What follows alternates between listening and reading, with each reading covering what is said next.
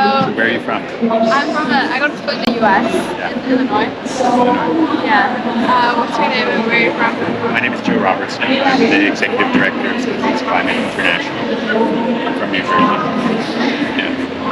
So why are you at COP and what are you looking to get out of it? Well, so a few years ago, as we work with citizen stakeholders in their communities, talking to their governments about climate policy, we realized that in some places, like the U.S. or Europe, you can talk to your government and encourage them to act on climate. But in many parts of the world, the governments were waiting for a signal from the international community.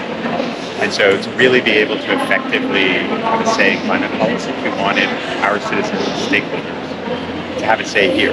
Yeah. So that's how we started engaging in this process. And we're looking to expand the civic space for more of that participation. And then we have, some particular areas of the negotiations that we're focused on as well. Yeah. Sure. So what do you think about the misinformation surrounding climate issues? I think it's terrible. I think it's dangerous. I think it's killing people.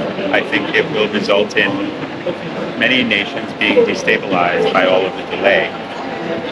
And I think people who spread disinformation should be held legally accountable for the things that happen as a result. Yeah. We need to be able to examine evidence and think critically.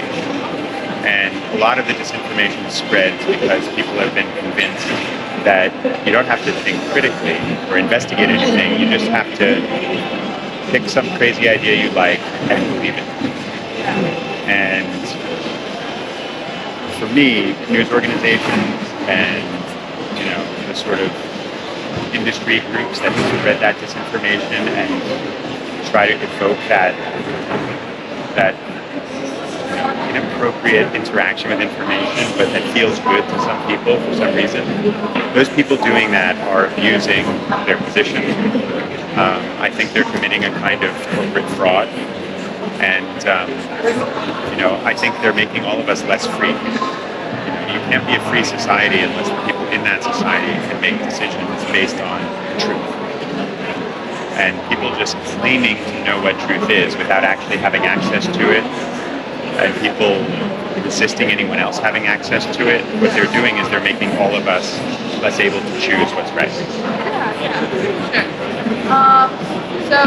How's your COP experience been so far these few days? And then what are you looking forward to the most for the next few days? So it's been an interesting experience. Every COP is a little different, and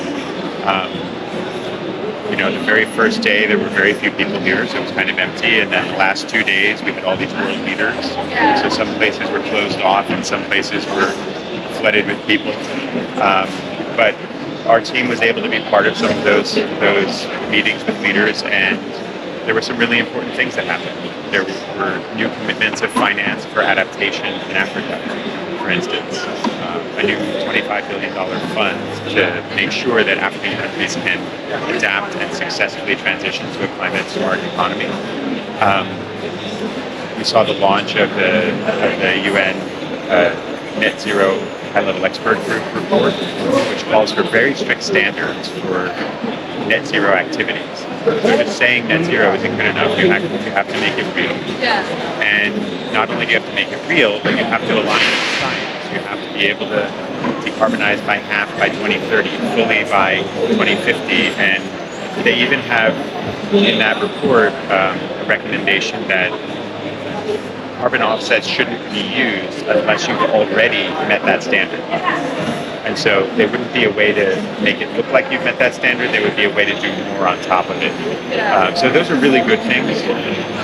It's been disheartening that in some private meetings, including over the weekend before the COP started, there were suggestions that human rights should not be a priority. From our perspective, when human rights are not required to be respected, environmental advocates are targeted. Many of our volunteers work in countries where just saying that you want to protect the environment can put you in danger. And when international bodies allow countries to not respect human rights, it makes it possible for those countries to refuse to follow any law. Yeah. And so anything they might claim that they're doing on climate any kind of investment that might flow into their country is unverifiable.